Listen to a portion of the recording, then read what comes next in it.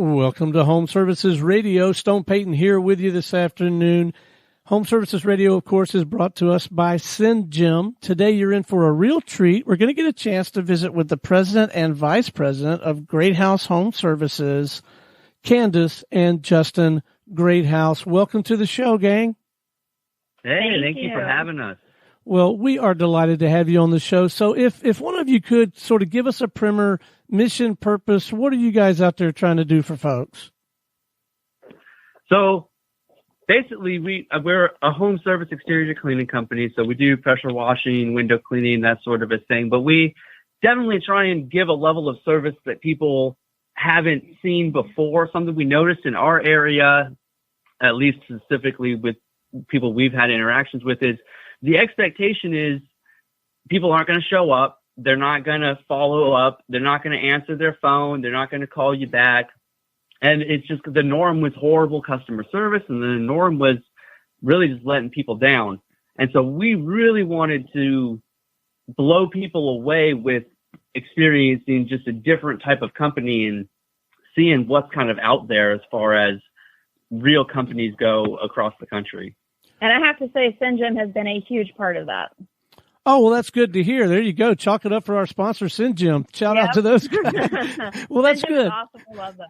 Well, maybe we'll talk a little bit about later in the conversation. I'd be interested to know maybe a little bit more about exactly how you're capitalizing on a service like that. I got to tell you, I really resonate with what you're describing about the expectation. To be perfectly candid with you, my wife Holly and I both have sort of put a low bar out there in terms of what we feel like we're going to get.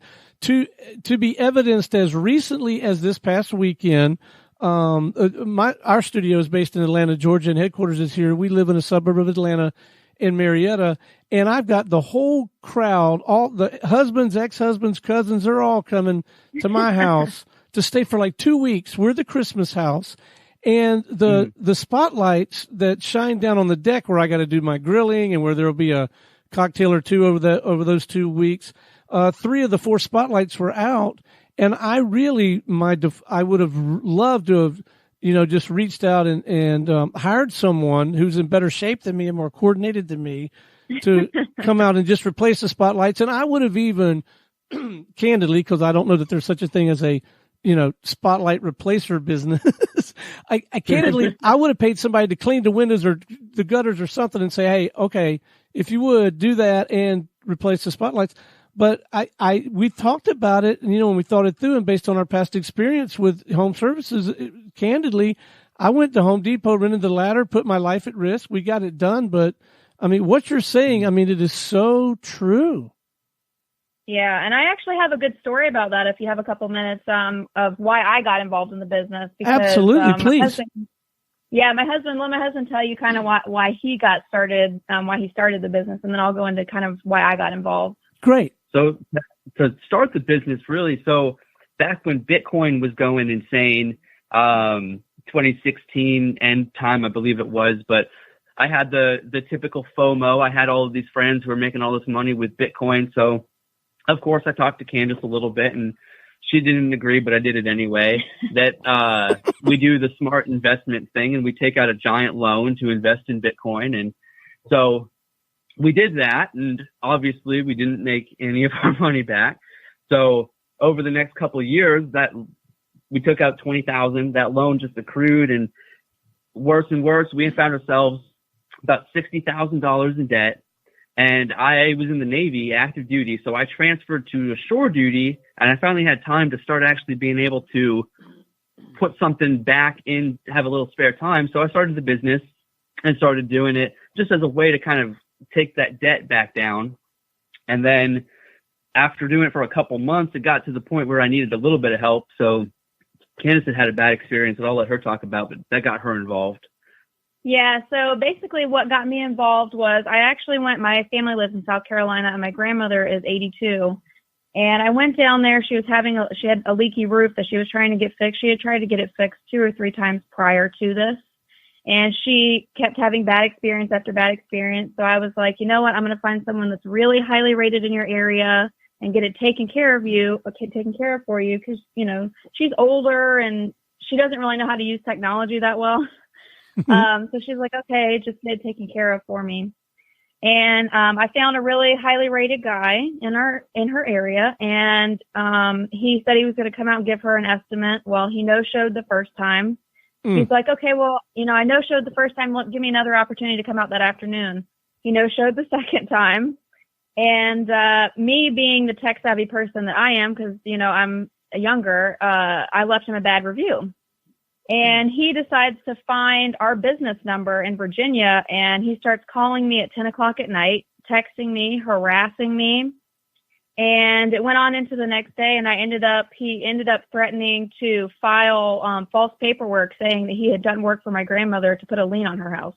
Ugh. So I called the cops on him, and this is the owner of a company, of a highly rated company too.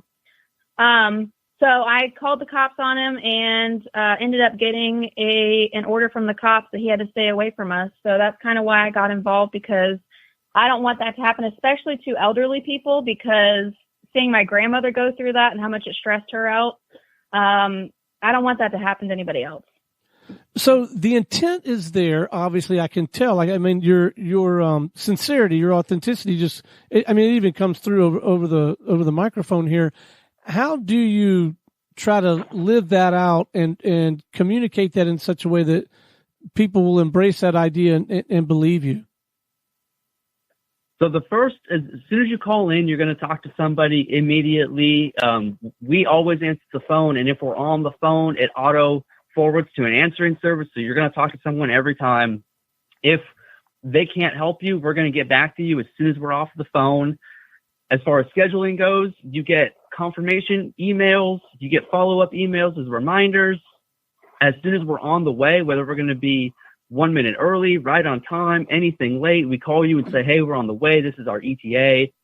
If it looks like we're going to run late, we are hyper communicative. I actually have a funny story about Candice. She was out helping me one day. Oh my God. And we were running about 10 minutes late. So we called the customer and said, hey, we're running about 10 minutes late. We'll be there at XYZ time. And then on the way there, we got stuck behind a bus. So that bus added 2 minutes to our time. And Candice called them again and said, hey, we're stuck behind a bus. We're actually going to be 12 minutes late instead of 10 minutes late. But just the level of communication that people aren't typically experiencing out there. And that's also helped us grow our business really quickly. We are the top, the third highest rated company in our area with Google reviews. And we've only owned the business for about a year and a half. Well, I bet that blew their mind when you called back that second time and said, look, I know we told you we're going to be another. I've never, ever had that kind of communication from any type of home services company. I bet that really does set you guys apart. Yeah, I think it definitely does. And I just don't like when people are unhappy with me. So that was that's my main reasoning. Especially customers, because without our customers, we wouldn't have a business and we wouldn't be able to support ourselves off of that military paycheck, now that that's gone, because he got out November the 8th. So. And then the back end too, we've got follow-ups where it sends emails and it makes sure that they're happy with everything. And every couple of months it checks in. But to touch on the Send Gym, we send out a thank you card. We have year-long follow-up sequences. So they're getting stuff from us. If they spend over a certain amount, they're getting brownies. If they spend over a really large amount, they're getting brownies and cookies and pecans and all sorts of stuff in the mail just to kind of follow up and keep touch. So the core business that you guys are in is the exterior cleaning. You come and tell me a little bit about the actual services. So we do pressure washing, which is everything from roof cleaning, house washing to decks and concrete. We do gutter cleaning and minor maintenance. We don't replace gutters or anything like that, but if your gutters are drooping or they have a leak, we'll take care of that for you. We do window cleaning, and then during this time of year, we do Christmas lights. That's been our biggest season, and we did not expect Christmas lights to go as it's gone this year, but we've grown beyond where we were even capable of really handling with Christmas lights this year. Wow, what a very creative idea. So this is the time of year that, people are going to spend time and money and energy on that. And so, tell me how that works. So do I I have all these Christmas lights and I have you install them, or walk me through that part. So we did a little bit of that for people, especially customers that we've had for a while or older customers. Mm-hmm. But most of what we do is the people call us and they don't really have any idea of what they want. So we come out and we meet with them and we take pictures, and then we come back home and we Photoshop the pictures to make it look like night. And we put light on the house and the trees and the bushes, and we send over a comprehensive estimate with us providing the lights and custom making everything so they can get an idea of what they're getting beforehand. And then we come out and we custom make this whole light display for your house with the roofs and the gutter lines and the bushes and the trees and everything. Wow. Maybe you are where you are. I think in my neighborhood, you'd make a killing. Wow. That's really cool. We try and go above and beyond what our customers would expect normally, because especially the mock-ups, we've gotten a lot of good feedback from the mock-ups that we provided because it gave them an idea of what to expect prior to us even coming out and doing the work. So did you have to go out and learn how to do the mock-up thing, or did you team up with somebody who was good with graphics? What a neat idea. So before the Navy, years and years ago, maybe 10, 12 years ago, I was actually a photographer. And so I got pretty good with using Photoshop at that point. And so it's been something that I actually got out of it because I was losing my passion for it. And it was something I loved doing. I didn't want to lose what I loved doing because it was my job. So I stopped doing it professionally and I just dabbled with it and have fun with Photoshop still. So the opportunity to kind of cross over that passion and still use it for our business was a really good fit. Yeah. All right. Now you're both second generation entrepreneurs. Is that, if I got that right? Yep. Yes, that is correct. Yeah. Tell us a little bit about your background, because I have to believe that, that your parents instilled in you some of this value system of wanting to set yourself apart and genuinely serve people above and beyond what, the more mediocre providers were doing. Tell us a little bit about that background. Yeah, so my dad actually owned a painting company when I was growing up, and my mom ran the office, and I always said, that's not going to be me, and then I ended up doing the same exact thing. Not in painting, obviously, in the exterior cleaning field, but I still, I ended up running the office and taking on the customer service side of things like my mom did. So I definitely learned a lot from watching them, and they weren't, I wouldn't say that they were the ideal service company, not like I would say that we are, because we're much more communicative with our customers. And I think that's why their business ended up failing, is because they didn't have that sort of follow-up that you need and, really, really taking good care of your customers like they deserve. And then my parents own a window cleaning company out in the Seattle area still. They're on about year 16. So that was kind of why I went into the window cleaning and pressure washing, is because I worked for them for years before I joined the Navy and everything. And that's kind of what I knew how to do. And when we first started, we went straight off of their business model. In your free time, you hand out flyers, you treat your customers well, and you just kind of, that follow up. They sort of hit a plateau where they failed to scale by not implementing technology. And Candice and I got lucky that one of the Facebook groups that we were in, we had some recommended podcasts, and we ended up finding a community of people that really have helped us grow and learn from their mistakes as well.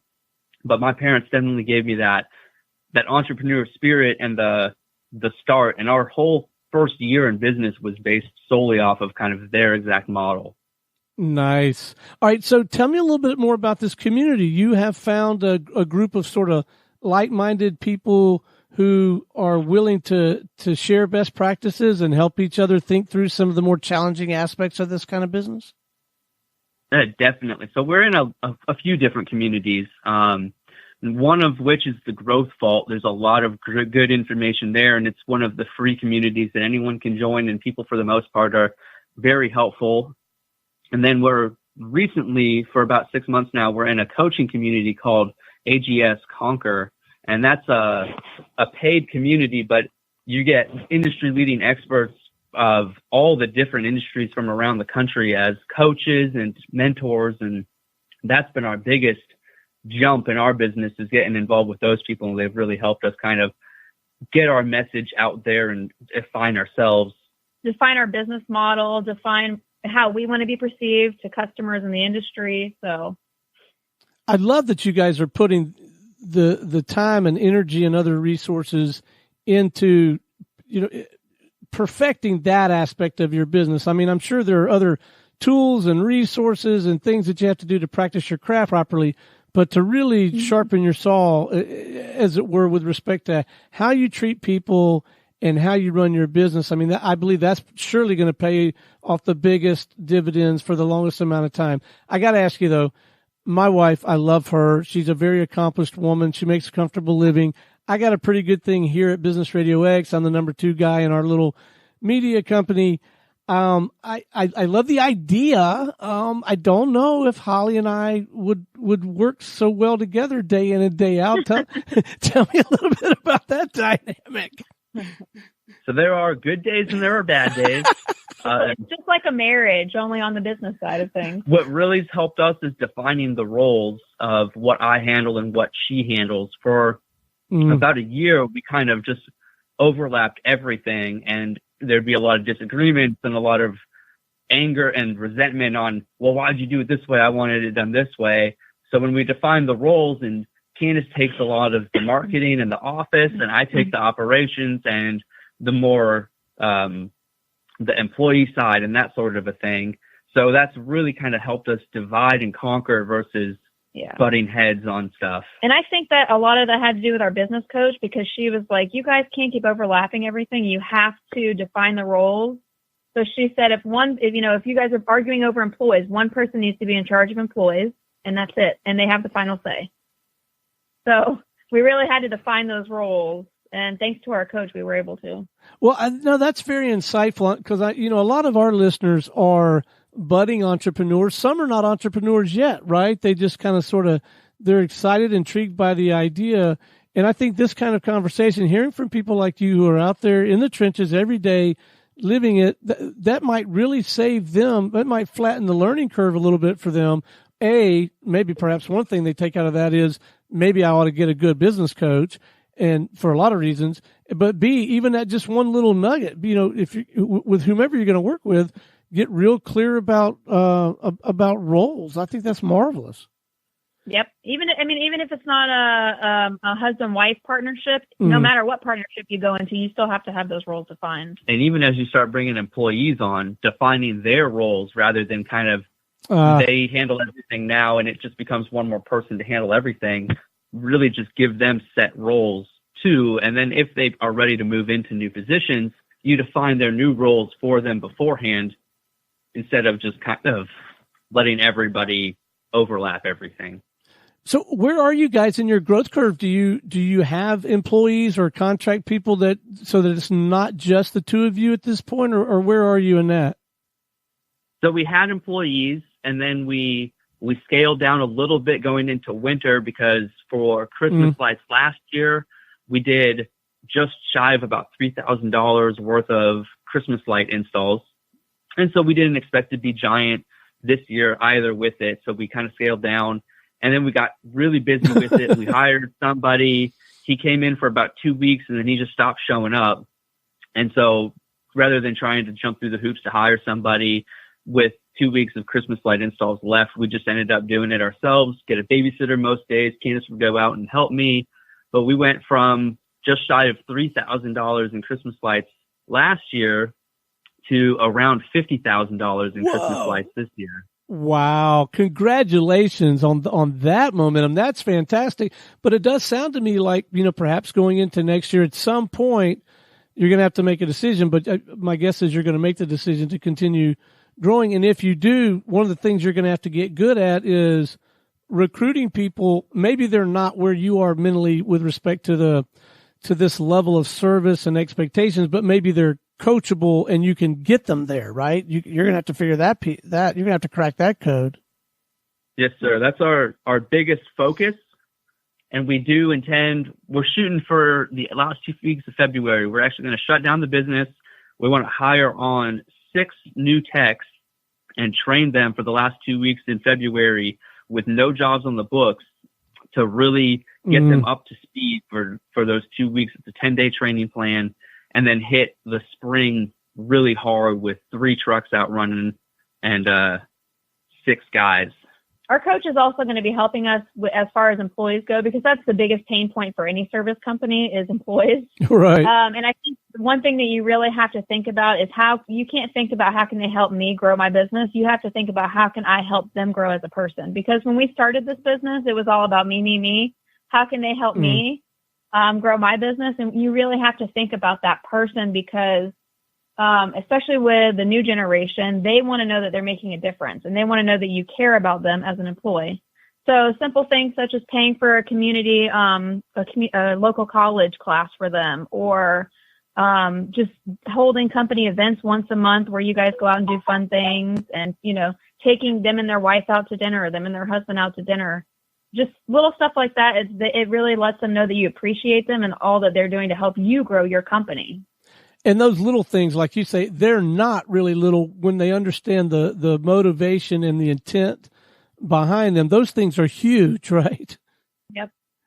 Little expense, big impact. Yeah, well said, well said. So I wouldn't ever, I don't think, want to exclude anyone whom I believe I could serve in this regard and whom I believe would be good for the business.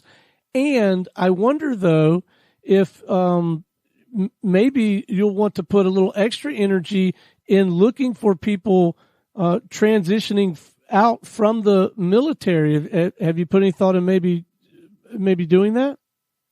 We have. We've made some connections with VA, actually, to kind of help us get some transitioning military members, especially ones that are having a hard time finding another job on the outside. And with where we're at, we're actually one of the largest military locations in the country. So there's a lot of military people getting out of the military every day. They really just don't know what they want to do, or they didn't get out of the military maybe what they had hoped, and they're still just kind of looking for a home.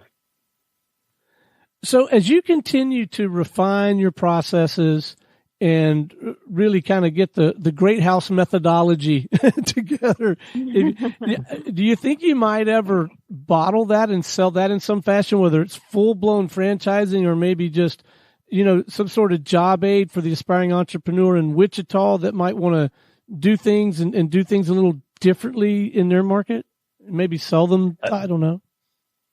I have. I've looked into it a little bit, and we're talking if we kind of are able to hit our sales goals this coming 2020 year, start looking into maybe taking all of our systems and all of our stuff, and not necessarily franchise, but more of a licensing type of a deal where, because we're not looking to make crazy money off of people, but we do like helping people, and so if we can give them the tools and then just get a little bit to kind of cover expenses and cost of the training. And a couple ideas I've even been playing around with is we'll have a giant office location, and part of that license fee covers office staff for you, and you just have a satellite location because everything can be done for the most part online. So they'll call into the big office that'll handle your booking and handle everything for you. And really, as the owner, you just have to handle the employees and the growth. Well, I got to tell you, and I know that I don't understand all the ins and the outs and stuff, but that sounds very compelling to me, what you just described. So yeah, I hope you pursue that further.